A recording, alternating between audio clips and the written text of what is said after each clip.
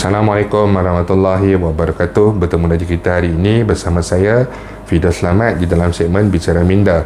Jadi bagi yang baru pertama kali datang untuk menonton ke channel saya ucapkan terima kasih banyak-banyak. Saya mohon jasa bagi anda untuk subscribe ke channel saya. Bagi yang dah subscribe, saya mohon anda untuk kongsikan video ini kepada rakan-rakan dan juga ahli keluarga anda. Semoga apa yang saya nak kongsikan hari ini adalah satu perkongsian yang bermanfaat untuk kita semua, insya-Allah. Okey, jadi hari ini adalah hari yang dah ke berapa, yang dah ke 11 hari sejak daripada 11-12 hari sejak daripada permohonan untuk Citra dibuka.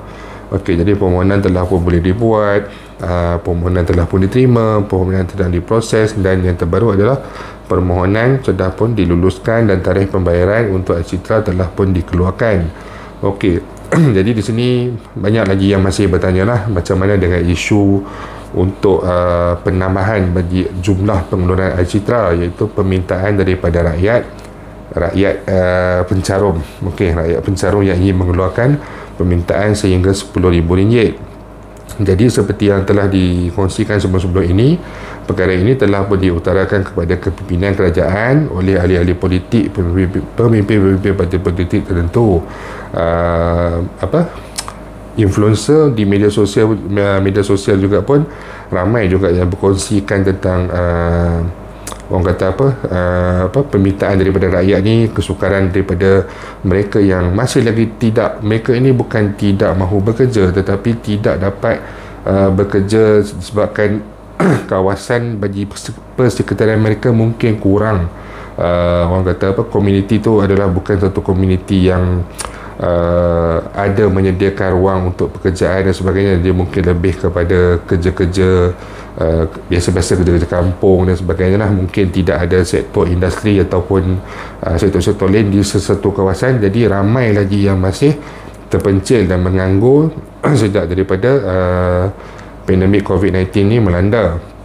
Okey, jadi seperti yang saya telah nyatakan tadi, permintaan untuk kenaikan jumlah pengeluaran ini telah pun diutarakan. Jadi mengikut daripada Maklum Balas yang Tengku Zafrul ada nyatakan kepada Dr. Ashraf Wajdi sebelum ni yang bahawa beliau akan berbincang dengan pihak BSP bagi mempertimbangkan untuk kenaikan jumlah pengeluaran, dan saya secara peribadi merasakan sebenarnya keputusan itu sudah pun ada. Adakah mencapai sehingga RM10,000 ataupun tidak, itu saya pun tidak boleh nak pastikan, tapi saya yakin kelulusan untuk pindaan amount tu, untuk penambahan amount tu, penambahbaikan untuk pengeluaran Citra, saya yakin ideanya sudah pun ada dan kertas kerja dan sebagainya pun sudah pun ada. Tetapi mungkin kerajaan ingin menunggu dan juga pihak DPSP ingin menunggu sehingga kepada satu tempoh yang sesuai. Dan sekarang ni sebenarnya selain daripada dalam tempoh peralihan fasa pemulihan negara PPN, kes harian juga meningkat. Jadi kedua-dua faktor ni menjadi satu indikator ataupun menjadi satu penanda aras bagi pelaksanaan untuk pindaan amount ni sama ada perlu untuk diberikan ataupun tidak. Tetapi kalau kita lihat daripada kes harian yang semakin meningkat, kes harian yang semakin meningkat akan memberikan impak kepada pelaksanaan di dalam sektor ekonomi. Mungkin ada sektor yang terpaksa ditutup, pelaksanaan PKPD, mungkin juga daripada pelan fasa pemulihan negara.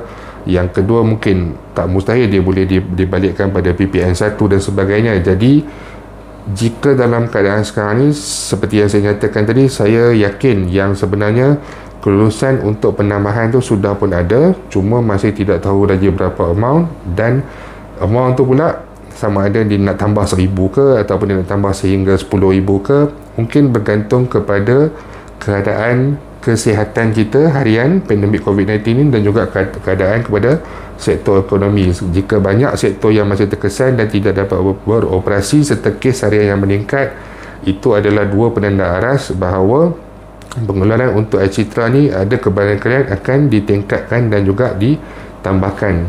Dan untuk kali ketiga, saya yakin pindaan ni sebenarnya sudah pun ada dan sudah pun mungkin dia diluluskan, dipertimbangkan, cuma bila dia nak launch, bila dia nak rasmikan, dia nak umumkan dan berapa jumlahnya sahaja. Sebab bila dia nyatakan bahawa dia akan berbincang berdasarkan daripada pengalaman kita bersama semua selama ni dalam tempoh setahun lebih pandemik COVID-19 ni dan tempoh PKP, apabila berbincang mesti ada hasil.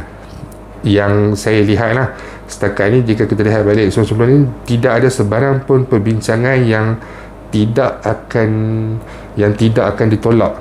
Dia mesti akan memberikan respon, cuma pada kadar yang banyak mana, kepada siapa dan bila masanya. Itu sahaja isu-isu yang pada saya yang kita tak dapat nak figure out, yang kita tak dapat nak fikirkan ataupun tak dapat selesaikan lagi. Daripada segi penambahan tu, saya yakin ianya ada dan sangat-sangat tidak mustahil, kerana ia hanyalah melibatkan dana daripada pencarum KWSP, tidak melibatkan belanjawan daripada negara ataupun dana-dana yang lain. Okey, jadi saya rasa itu saja sedikit perkongsian saya berkenaan dengan air citra RM10,000 seperti mana yang ditanyakan oleh ramai viewers di channel saya.